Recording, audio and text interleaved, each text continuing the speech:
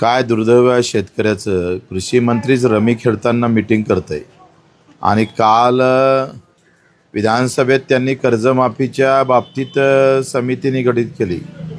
शेतकऱ्यांच्या आत्महत्या होणार नाही याच्यासाठी काय उपाययोजना करू याच्यासाठी समिती गठीत करतंय. आणि आमचे कृषी मंत्री आता ही 8वी 9वी चूक असेल. यांच्याकडून काय अपेक्षा करायच्या? म्हणजे इकडे शेतकऱ्यांना सांगायचं आहे का तुम्ही दारू पिताय म्हणून लग्नात खर्च होते म्हणून तुमच्यावर कर्ज होतं आणि आमचा कृषी मंत्रीच रमीत गुंग असन तर मग शेतकऱ्याचं भलं काय होईल? मी शाहूवाडीमध्ये आहे.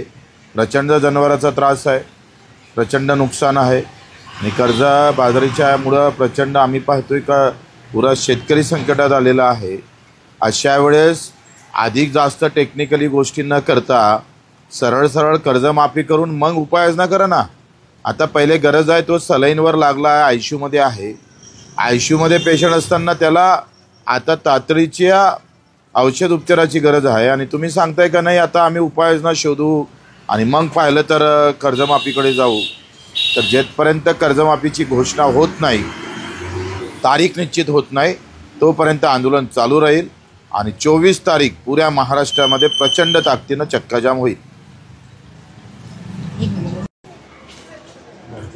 काय दुर्दैव आहे शेतकऱ्याचं. कृषी मंत्रीच रमी खेळताना मीटिंग करतंय आणि काल विधानसभेत त्यांनी कर्जमाफीच्या बाबतीत समिती निगडित केली.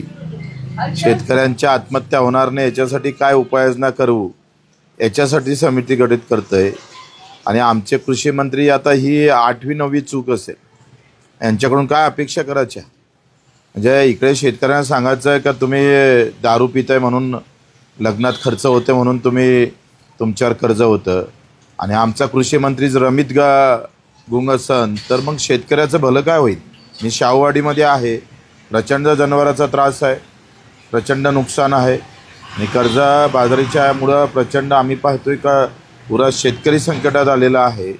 अशा वेळेस अधिक जास्त टेक्निकली गोष्टी न करता सरळ कर्जमाफी करून मग उपाययोजना करा ना.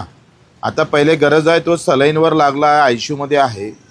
ICUमध्ये पेशंट असताना त्याला आता तातडीच्या औषध उपचाराची गरज आहे आणि तुम्ही सांगताय का नाही आता आम्ही उपाययोजना शोधू आणि मग पाहिलं तर कर्जमाफीकडे जाऊ.